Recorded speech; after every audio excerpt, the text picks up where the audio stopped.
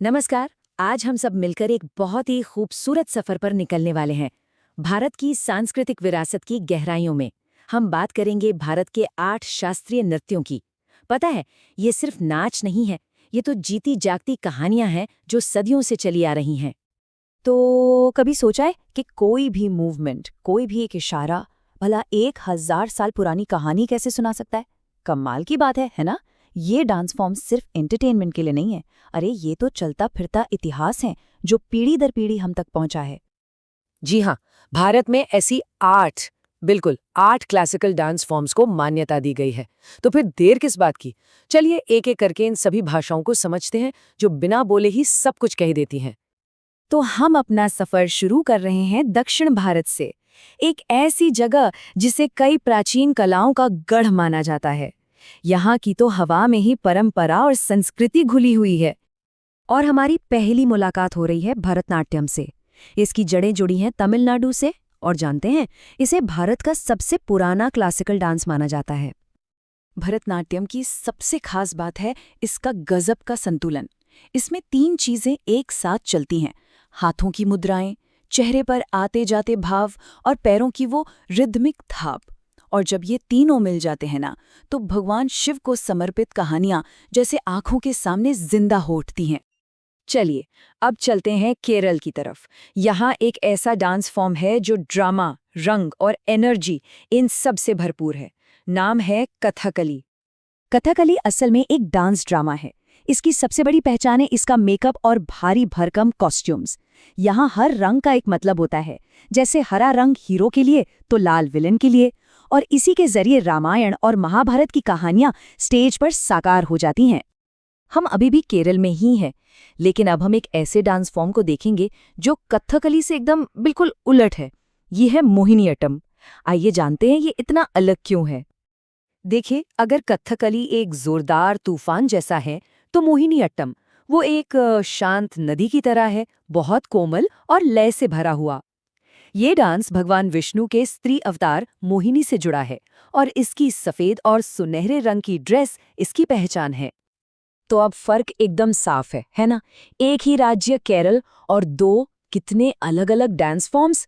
एक तरफ कथकली का ड्रामा और महाकाव्यों की कहानियां, तो दूसरी तरफ मोहिनीअट्टम की कोमलता और दिव्यता। केरल से निकलकर अब हम पहुंचते हैं पड़ोसी राज्य आंध्र प्रदेश, और यहाँ हमें मिलता है कुचिपुड़ी, एक ऐसा डांस जिसमें ग्रेस भी है और कमाल की कलाबाजी भी। कुचिपुड़ी में डांस और एक्टिंग साथ साथ चलते हैं, मतलब ये भी एक तरह का डांस ड्रामा है। लेकिन इसकी जो सबसे अनोखी पहचान है वो है पीतल की थाली के किनारों पर खड़े होकर डांस करना। सोचिए जरा, ये सिर्फ करतब नहीं है, ये डांसर के बैलेंस, उसकी स्किल और डिवोशन का एक जबरदस्त प्रदर्शन है। अच्छा, तो दक्षिण से अब हम अपनी यात्रा को ले चलते हैं पूर्वी भारत की ओर। यहाँ के मंदिरों और मठों में डांस और भक्ति का एक बिल्कुल अलग ही रूप देखने को मिलता है। और हम आ गए हैं ओडिशा। यहाँ का डांस ऐसा है मानो कोई मूर्ति जिंदा हो गई हो। जी हाँ, ओडिसी की हर एक मुद्रा, हर एक पोज ऐसा लगता है जैसे मंदिरों की दीवारों पर बनी मूर्तियां चल पड़ी हों। ओडिसी की सबसे बड़ी पहचान है इसका त्रिभंगी पोस्चर। ये डांस पुराने जमाने में मंदिरों में भगवान जगन्नाथ की भक्ति में किया जाता था। लेकिन ये त्रिभंगी आखिर है क्या? आइए जरा इसे समझते हैं। तो त्रिभंगी का मतलब है शरीर का 3 जगहों से मुड़ना: गर्दन, कमर और घुटना। इससे शरीर में एक एस जैसा आकार बनता है। और यही पोज है जो ओडिसी को इतना खूबसूरत और मूर्तिकला जैसा बनाता है। चलिए अब चलते हैं नॉर्थ ईस्ट की हरी भरी वादियों में। मणिपुर, एक ऐसी जगह जहां डांस शरीर से नहीं, आत्मा से किया जाता है, एक प्रार्थना की तरह। मणिपुरी डांस पूरी तरह से राधा और कृष्ण की प्रेम कहानियों यानी उनकी लीलाओं पर आधारित है। ये बहुत ही शांत और भक्ति से भरा हुआ डांस है।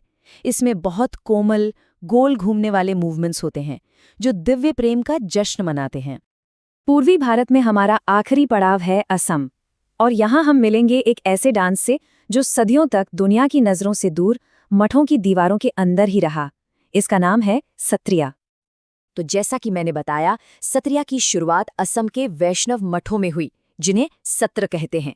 ये भी भगवान कृष्ण को समर्पित एक भक्ति डांस है, जिसमें भक्ति भाव और लय का खूबसूरत मेल देखने को मिलता है।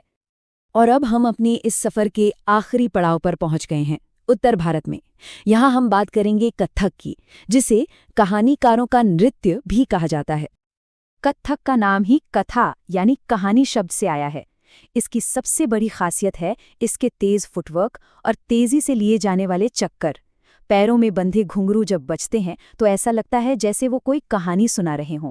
मुगल काल में ये कला अपने चरम पर पहुंची थी। तो ये थी हमारी यात्रा, दक्षिण की भक्ति से लेकर पूरब की साधना और उत्तर की कहानी कहने की कला तक।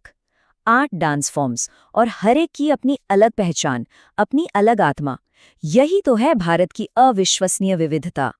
सदियों से इन डांस फॉर्म्स ने हमारी पुरानी कहानियों को जिंदा रखा है, लेकिन ये सिर्फ गुजरे हुए कल का आईना नहीं है, ये आने वाले कल के कहानीकार भी हैं।